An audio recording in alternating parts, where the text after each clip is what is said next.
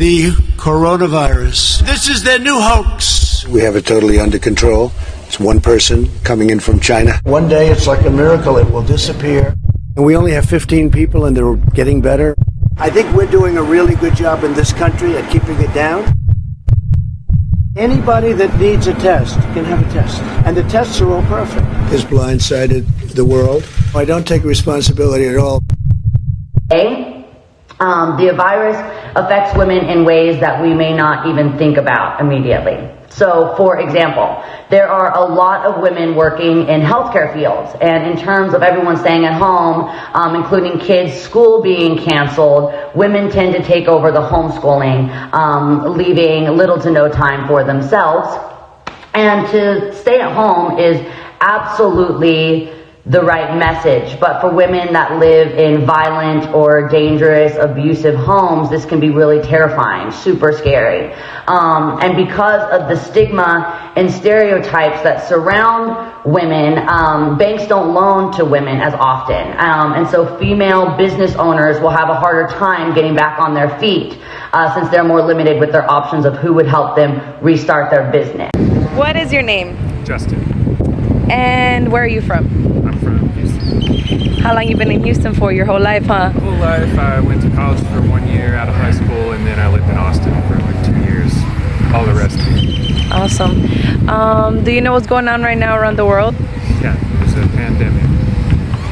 Of what? COVID-19, coronavirus. And how do you feel about the situation?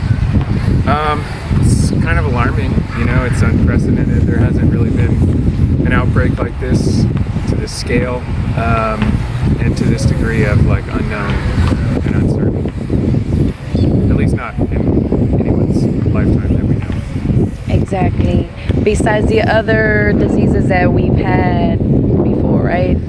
Yeah, like, you know, swine flu and SARS. Those were kind of similar in that they were like novel diseases, new diseases, and but they were much more easily contained and had a smaller outbreak and smaller fatality rates.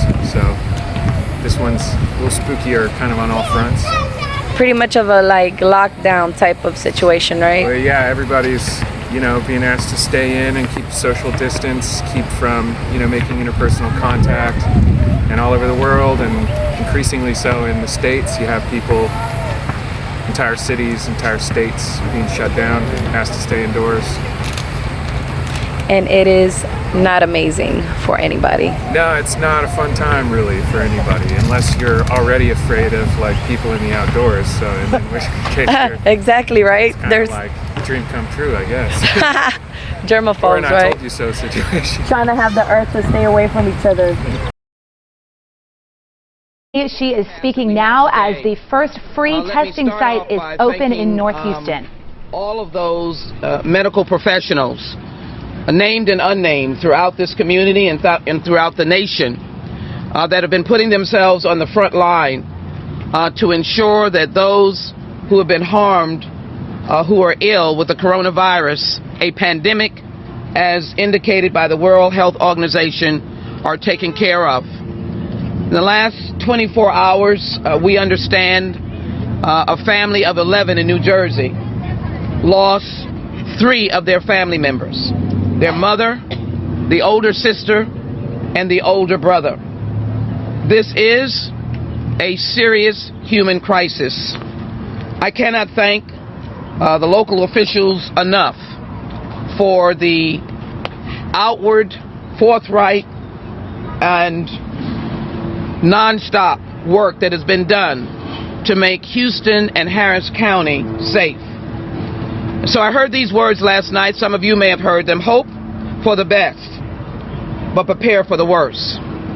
But prepare and not panic. And that's what we've been trying to do here in Houston, Texas. So, what is up, everybody? We are back at it again with another video for you guys. And with today's video, I'm going to go ahead and tell you guys, there is a virus that is exploding basically all over the world, and it's creating a big epidemic for us. With that being said, part of the epidemic is being included in our jobs, and it may maybe in our daily lives, like a friend right here that got affected by not going to school, and my friend right here, I don't know, we're about to go ahead and learn his story to see how and then what ways he's been affected by I call it the coronavirus, but I guess they called it a new name. COVID-19. Apparently, we were making fun of it too much, maybe. No. What do you think? Well, they had the name. So COVID-19 is like an abbreviation for coronavirus disease 19.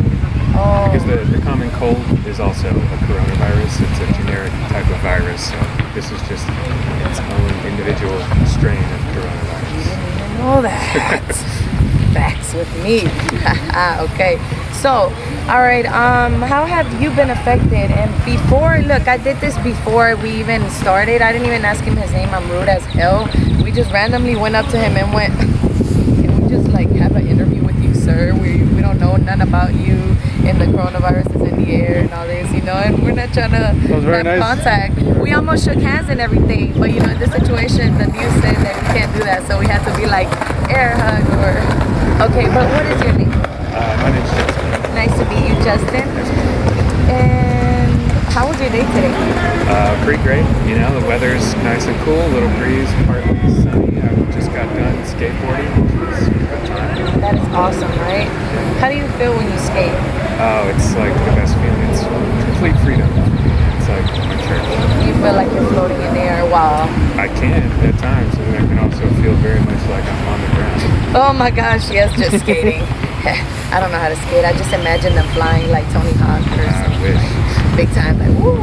No, but how do you feel about the COVID-19? I'm a little, you know, it's frightening. I'm not panicked, I wouldn't say, but I'm taking the necessary precautions. You know, trying to keep a social distance, stay away from, you know, crowded public spaces. You know, practicing hand washing and sanitizing, keeping clean surfaces in the home, and you know, just taking any necessary precautions that we've been sort of warned about at this point. Yeah, exactly. So at first, not a lot of people took it serious, but not a lot of people. I was one of those people.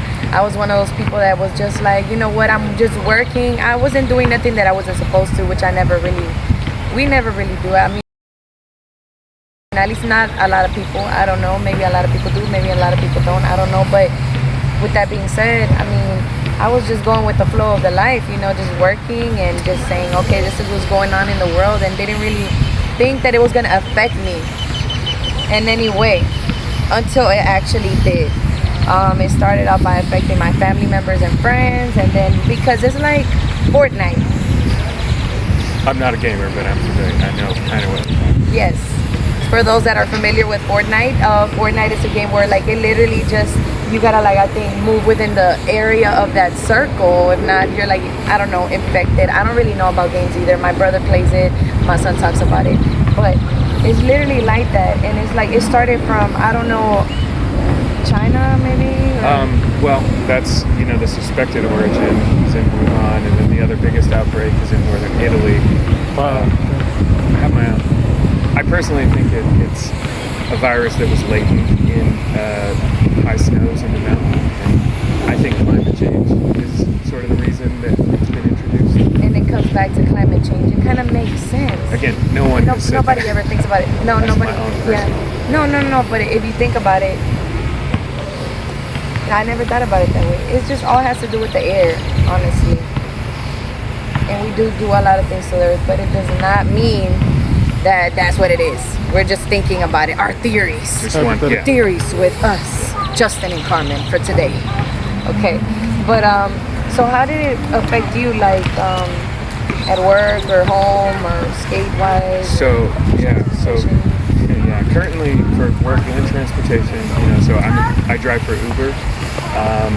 And initially when it all kind of started coming up in the news, it wasn't a huge deal, but last Monday it really started to affect, you know, the amount of pickups I had. Normally I work early in the mornings and take a couple people to the airport.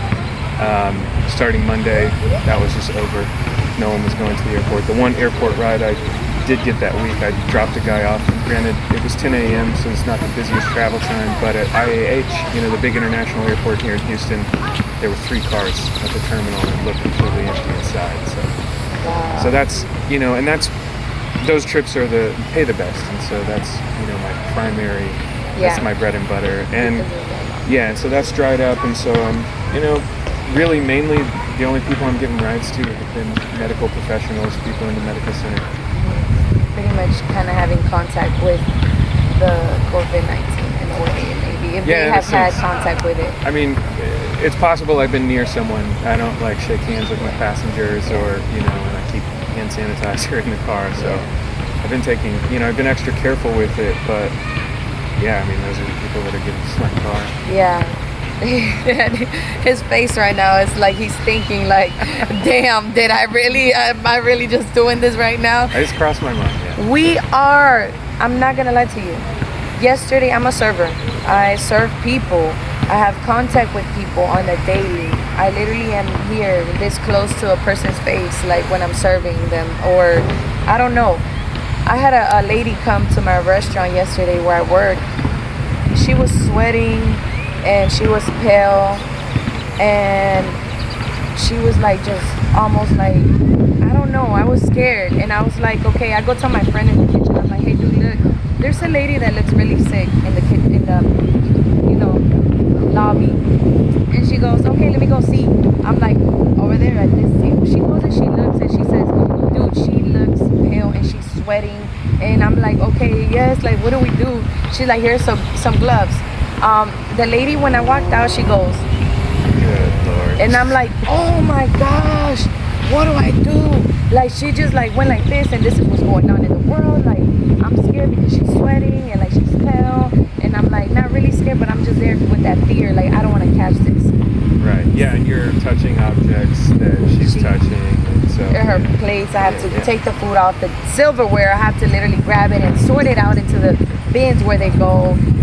She gave me a tip with cash. That is another form of contact. And then I feel like she noticed that I didn't want to really like be that close to her or anybody in general because we all know what's going on. So she made conversation. I was just trying to make it as short as I could. She made a conversation, kind of worried in a way, and I was like, oh my gosh, I feel like she knows that we're not supposed to be doing this. She looks sick. I went and I told my friend in the kitchen that she did this, and she goes, dude, she's sick. She could be sick. Like, these symptoms are like she's sick. And then I go into the front, and I'm like telling another friend, like, look, man, I don't know what to do. Like, this is what's going on. Did you notice anything about her when she came in? She goes, yeah, she's sick. She told me she's sick when she came to the store. I'm like, full consensus and admission that she's sick. See, that's just...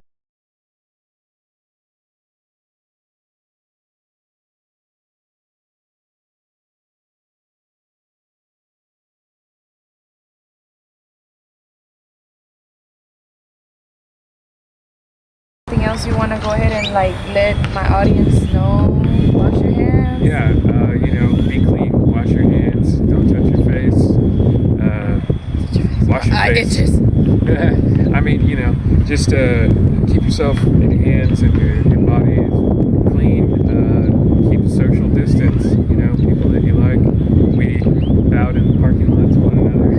Adopting Eastern greeting methods.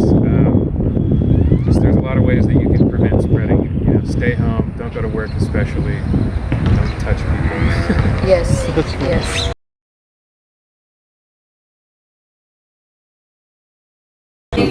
Over a period of time, man, I think this is more population control.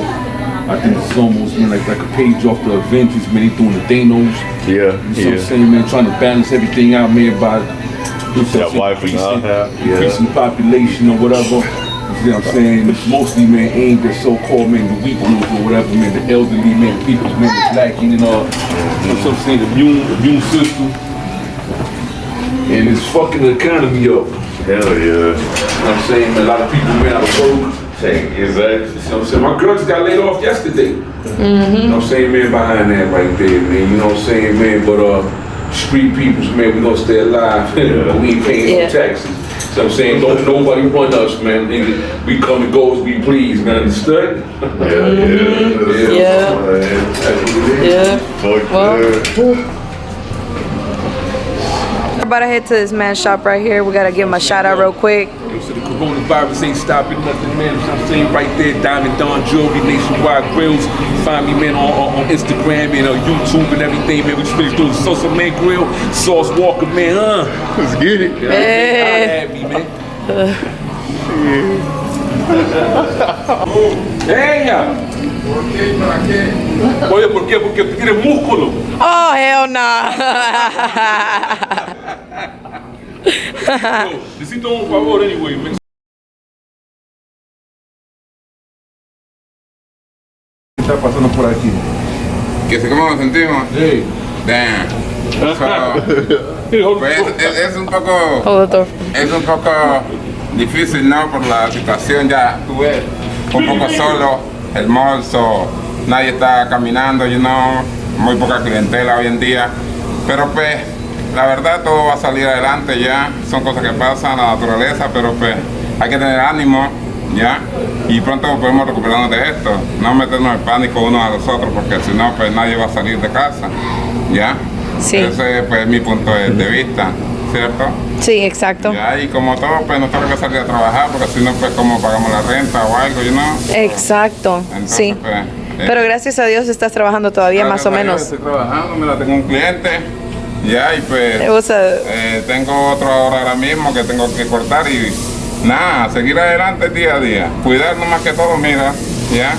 Tener en cuenta que las razones por las cuales viene el virus y cuidarnos y cuidar a nuestros clientes igualmente. Sí, exacto. ¿Ya? Gracias por tomar el tiempo. ¿Y cómo se llama tu shop?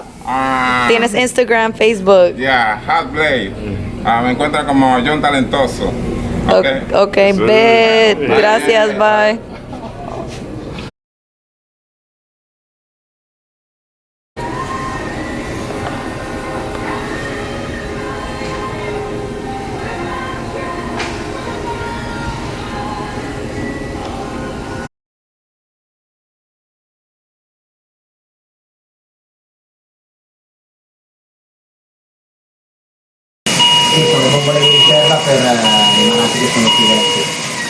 They're fighting a war here and they're losing.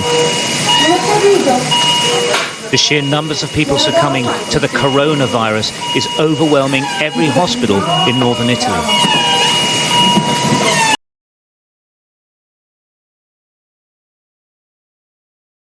We have to reorganize our emergency room and our hospital in 3 levels of intensity, as you saw.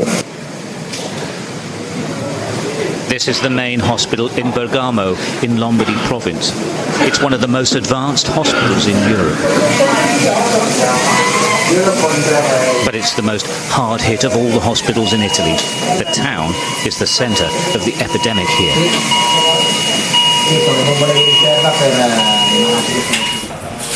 This isn't a ward, this is a waiting room. Wherever you go, people are on gurneys, in corridors, in meeting rooms, they're everywhere. All the medical staff urge other nations to see what's happening and lock their nations down right now or face this. What I would suggest is just shut down to stop all the outbreak and not coming in this kind of situation that is very, very difficult to manage. Can I ask you personally what it's been like? I never felt so stressed in my life. I'm an intensivist and I'm quite used to, intense moment and choices and people are critical and will die without any, treatment, and you make the difference. But when you arrive at this point, you realize that you are not enough. And maybe we are 100 anesthetists here. We are doing our best, but maybe it's not enough. We are performing the test for the nasal swab to detect coronavirus. The problem facing health services across the world is that when the infection curve goes up, it rockets. And all the resources, all the testing, all the supplies are used up instantly. Multiple hospitals all at once. What's staggering is that Italy is doing a lot of testing. Thousands upon thousands are being tested. So far, about 4,000, the numbers keep changing, have actually completely recovered. The crucial point is that about the same number are dying. They're sort of neck and neck. And it seems you either live and recover or you die. Something nobody expected. Bergamo wanted us to see this to show what a catastrophic emergency nobody has experienced before looks like. Here they're calling it the apocalypse, and this is what it looks like. And their message to us is simple: get ready.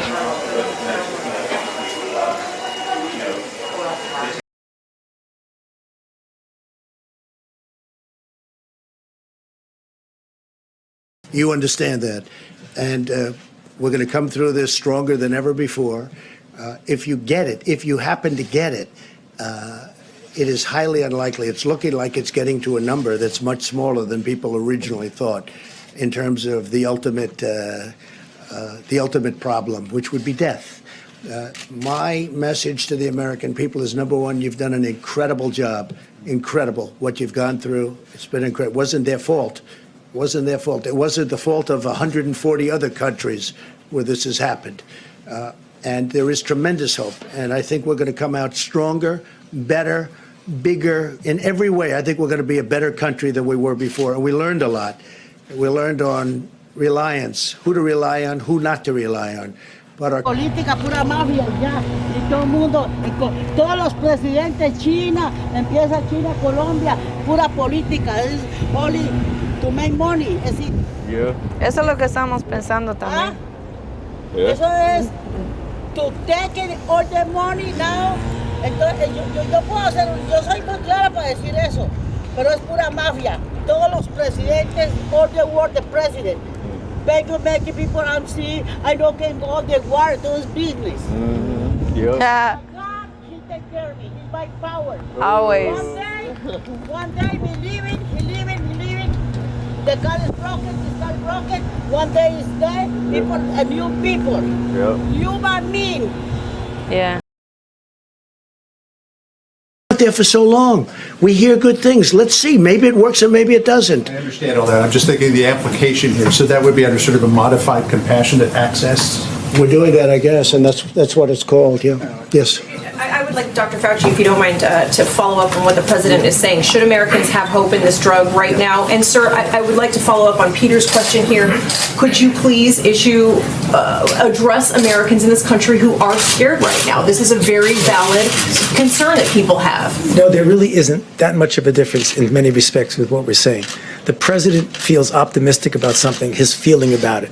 What I'm saying is that it might be effective. I'm not saying that it isn't. It might be effective, but as a scientist, as we're getting it out there, we need to do it in a way as while we are making it available for people who might want the hope that it might work, you're also collecting data that will ultimately show that it is truly effective and safe under the conditions of COVID-19. So there really isn't different. It's just a question of how one feels about it. Is there any reason to believe it's not safe?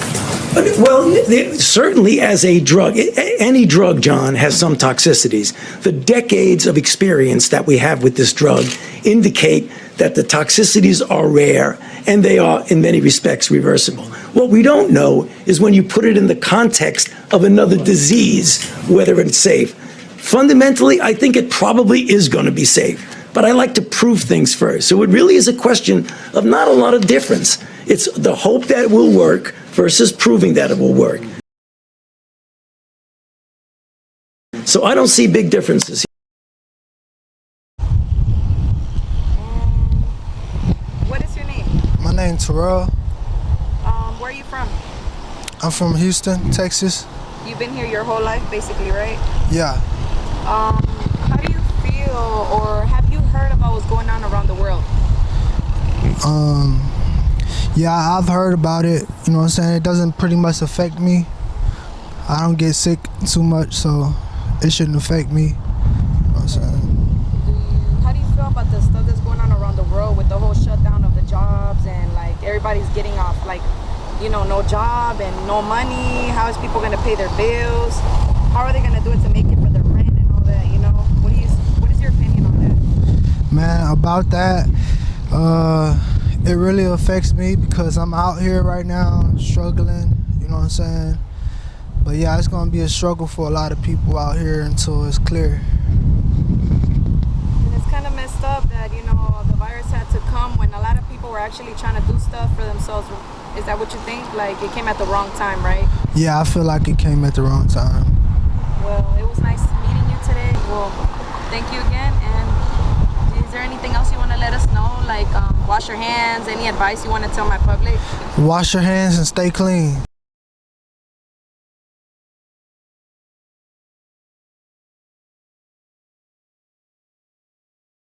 By, what's your name? Boris Rillos Johnson, comedian Rillos, Houston, Texas. What is it that you do for work? I'm actually a stand-up comedian. With all this coronavirus stuff going on, we out of work, so I'm back to my normal job, which is a salesman, Pepsi beverages, providing the world with water. That's great. Do you recommend drinking that? Yes, I definitely recommend drinking Pepsi, Starbucks, Lipton, Brisk, Aquafina, One, coconut water, bubbly, all that stuff. Oh my gosh, okay. Do what he said. Go ahead and drink all that good stuff. You know, it gives you all the dehydrants that you need and require. Go ahead and, you know, contact my friend right here. Might as well get all the water bottles that you require. There's water bottles, right? Whatever you need. We had Gatorade bottles a while back. I still got some at the house. If you need some of them, I'll fill them up with water. Oh man, I thought it was with Gatorade.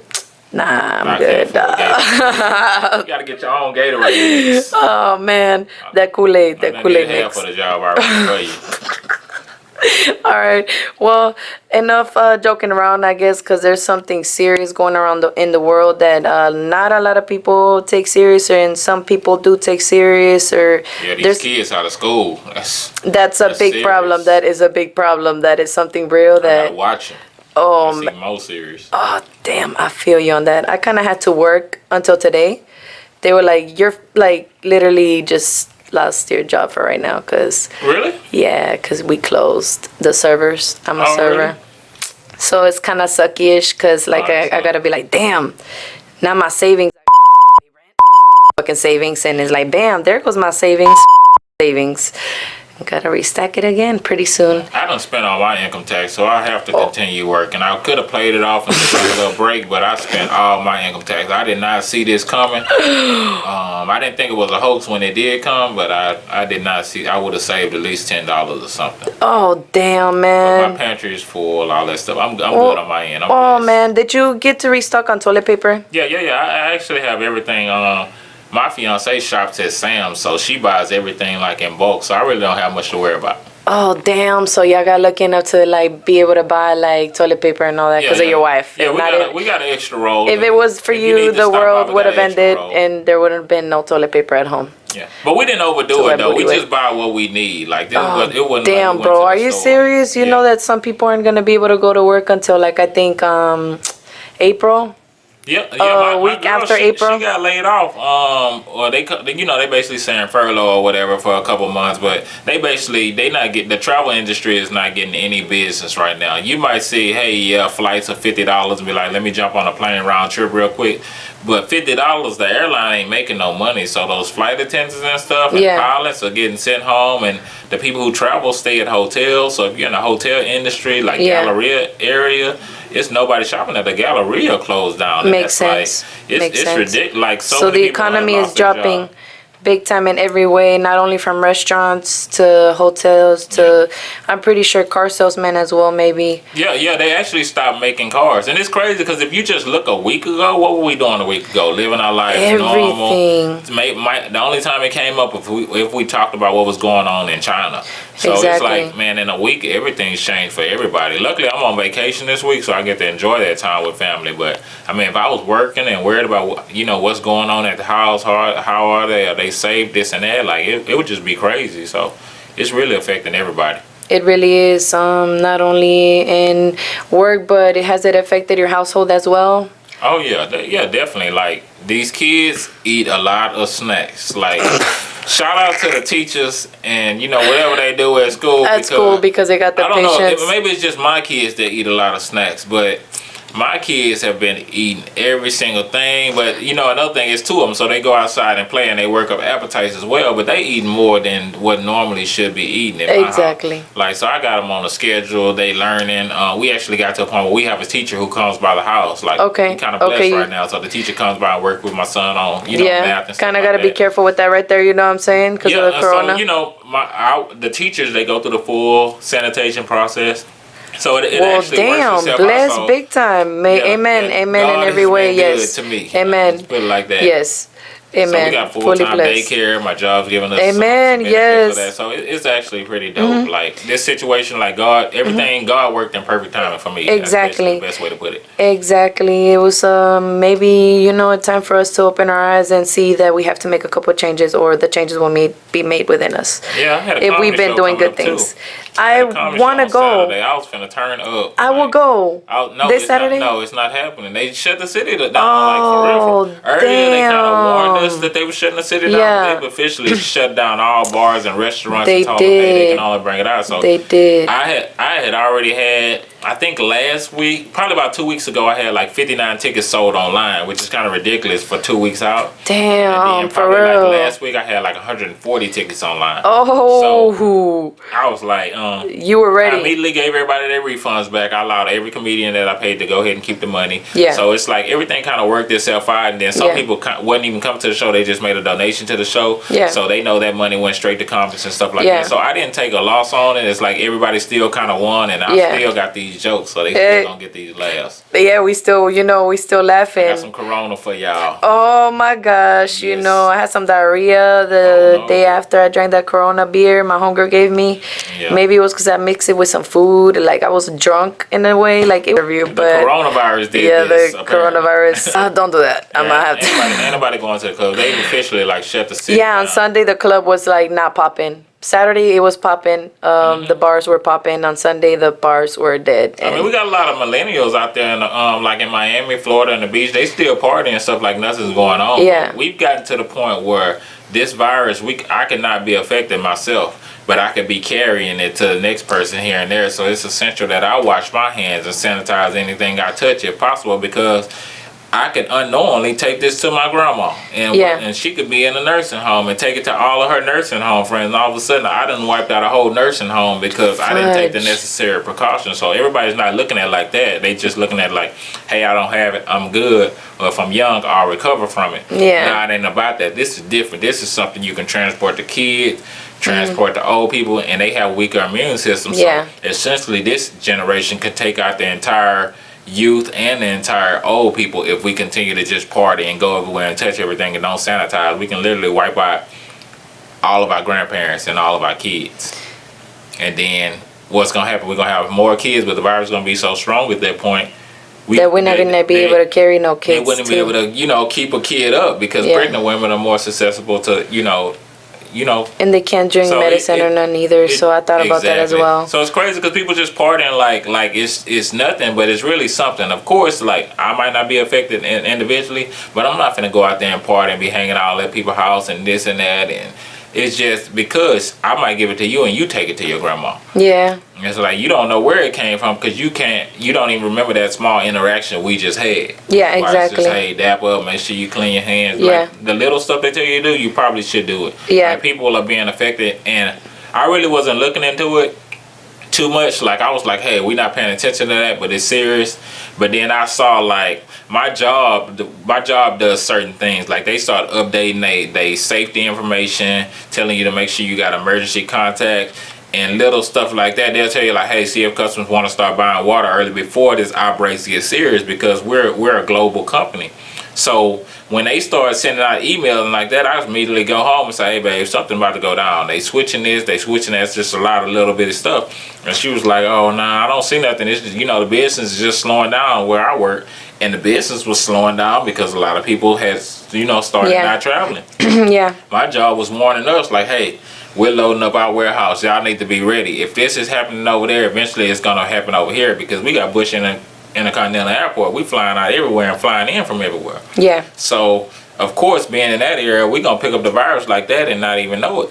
Like, and I think it's worse than what it is. They testing people right now, and then some people find out today, some people find out 2 days later whether they have, and then they got to do a second test. So they're not really getting real numbers for 24 to 48 hours. Yeah. They might say, hey, 5 people got it today, and then really it'd be like 40 people that got it today. So the numbers are always going to be a day behind, and us as youth, we got to make sure those numbers stop, which is why they tell us, hey, stay to yourself, chill, you know, wash your hands. All the little stuff they tell you to do, we should definitely do. Okay, so that kind of makes a little bit of, not a little bit, but a lot of scary sense. Damn, makes us think a little bit. Carmen talking like she hadn't heard none of this stuff. I did hear it, and it's like I'm she didn't really process the fact that you can't be out here going everywhere and hanging out and all over the city. Because you just can't, like, she could be as clean as she want to be and, you know, make sure her kids and stuff are clean, but you come in contact with the wrong person, it's just like, dang. You know, Fuck. Exactly, and then you definitely can't get sick because you got kids. So yeah, just. So with that being said, that's gonna be my very last interview, pretty much for the moment. No, she gonna interview. She just gonna interview over the from phone? a distance or over the phone. She ain't gonna be all out here in these streets driving all over the city. Yeah, no south to the north. Good evening to you. I'm Tom Ziska. We are glad to have you with us. Let's start with this. Nearly 150 confirmed coronavirus cases in the Houston area, including 2 children. The death toll still stands at 2. Nationwide, more than 190,000 people have been tested for the virus. As we learned, the vice president and his wife have since tested negative. This after someone on their team tested positive. Globally, Italy continues to get hammered by the disease. Overnight, nearly 800 people died there.